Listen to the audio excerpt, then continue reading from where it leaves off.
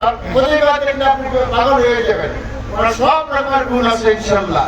দেখতে যেমন সুন্দর, মনটা তেমন সুন্দর, কথা বলা সুন্দর, এবং তার যে উপস্থাপনা এটা সবাই শুনে মুগ্ধ হয়ে যায়।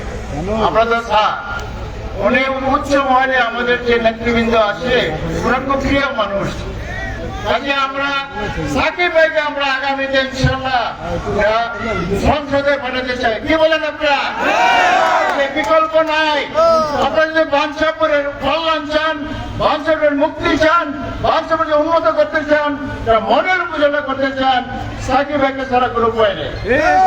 আমরা আমাদের নেতা তারেক রহমানের 31 দফা সেই রাষ্ট্র মেরামতের যে কর্মসূচি আছে বাস্তবায়নের জন্য এই তারেক মশাইকে হেল্প করবেন উনি। এই জন্য ওনার সংসদে যাওয়ার দরকার আছে। কাজী ওনার প্রতিভা আছে, অনেক বলেন সুন্দর, ওনার উপস্থাপনা সুন্দর এবং তার ব্যবহারও সুন্দর। এমন একজন সুন্দর মানুষ আমরা পাবো না।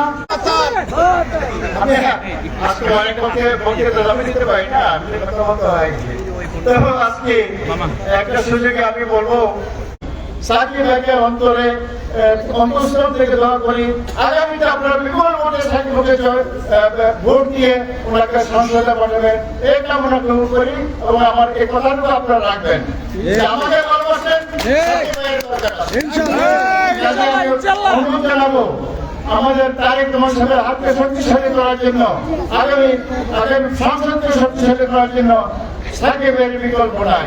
আসুন আমরা সবাই মিলে সাকিব ভাইকে আমরা আগামী নির্বাচনে জয়লাভ করে আমরা পার্লামেন্টে ইনশাল্লাহ পাঠাবো এবং বাঞ্ছাপুরের কল্যাণের জন্য যা কিছু দরকার উনি করবেন। আমাদের সাথে একত্র হইয়া সাকিব ভাইকে আগামী নির্বাচনে সর্বশক্তি দিয়ে আমরা নিয়োগ করে ওনাকে ভোট দিয়ে সংসদে পাঠাবেন এই আশাবাদ ব্যক্ত করে আমার বক্তব্য শেষ করছি। আল্লাহ হাফেজ। বাংলাদেশ জিন্দাবাদ।